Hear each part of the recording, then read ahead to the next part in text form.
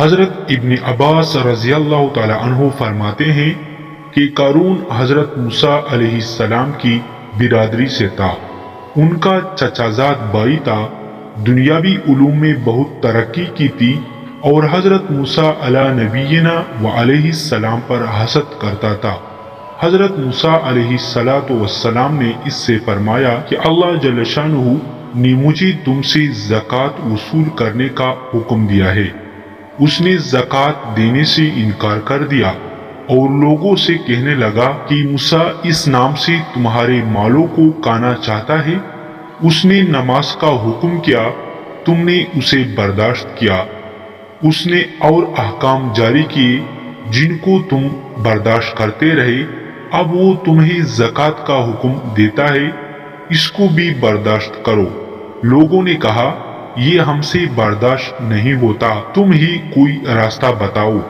اس نے کہا میں نے یہ سوچا ہے کہ کسی فاحشہ عورت کو اس پر راضی کیا جائے جو حضرت موسیٰ علیہ السلام پر اس کی تہمت لگائے کہ وہ مجھ سے زنا کرنا چاہتے ہیں۔ لوگوں نے ایک فاحشہ عورت کو بہت کچھ انعام کا وعدہ کر کے اس پر راضی کر لیا کہ وہ حضرت موسیٰ علیہ السلام پر یہ الزام لگائے۔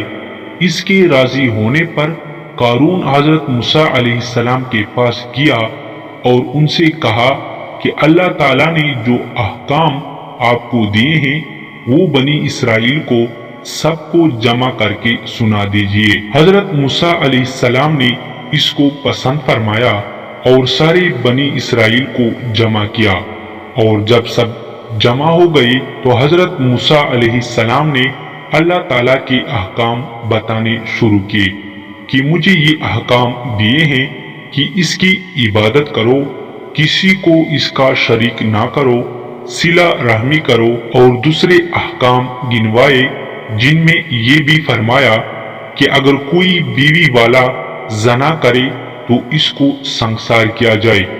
اس پر لوگوں نے کہا اور اگر آپ خود زنا کرے؟ حضرت موسیٰ علیہ السلام نے فرمایا اگر میں زنا کروں تو مجھے بھی سنسار کیا جائے۔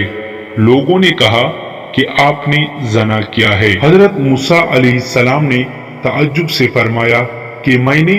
لوگوں نے کہا جی ہاں آپ نے، اور یہ کہہ کر اس عورت کو بلا کر اس سے پوچھا کہ تو حضرت موسیٰ علیہ السلام کے متعلق کیا کہتی ہے؟ حضرت موسیٰ علیہ السلام نے بھی اس کو قسم دے کر فرمایا کہ تو کیا کہتی ہے؟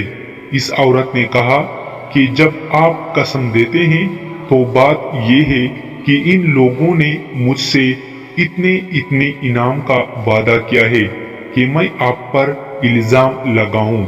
آپ اس الزام سے بالکل بری ہیں۔ یہ سن کر حضرت موسیٰ علیہ السلام روتے ہوئے سجدہ میں گر گئے۔ اللہ جل شانہ کی طرف سے سجدہ ہی میں وحی آئی کہ رونے کی کیا بات ہے، تمہیں ان لوگوں کو سزا دینے کے لیے ہم نے زمین پر تسلط دے دیا، تم جو چاہو ان کے متعلق زمین کو حکم دو۔ حضرت موسیٰ علیہ السلام نے سجدہ سے سر اٹھایا اور زمین کو حکم فرمایا کہ ان کو نگل جا۔ اس نے ایڑیوں تک نگلا تھا کہ وہ عاجزی سے حضرت موسیٰ علیہ السلام کو پکارنے لگے۔ حضرت موسیٰ علیہ السلام نے پھر حکم فرمایا کہ ان کو دنسا دے، حتیٰ کہ وہ لوگ گردن تک دنس گئے۔ پھر بہت زور سے وہ حضرت موسیٰ علیہ السلام کو پکارتے رہے۔ حضرت موسیٰ علیہ السلام نے پھر زمین کو یہی فرمایا کہ ان کو لے لے، وہ سب کو نگل گئی۔ اس پر اللہ جل شانہ کی طرف سے حضرت موسیٰ علیہ السلام پر وحی آئی کہ وہ تمہیں پکارتے رہے اور تم سے عاجزی کرتے رہے۔ میری عزت کی قسم اگر وہ مجھے پکارتے اور مجھ سے دعا کرتے تو میں ان کی دعا کو قبول کر لیتا۔ میرے مسلمان بھائیوں اور بہنوں، اللہ تعالی ہم سب کو حضور صلی اللہ علیہ وسلم کی اطاعت گزار بنا دے، اور اللہ تعالی ہم سب کو موت سے پہلے ہی آخرت کی تیاری نصیب فرمائے۔ آمین سبحان اللہ و بحمدہ سبحان اللہ العظیم.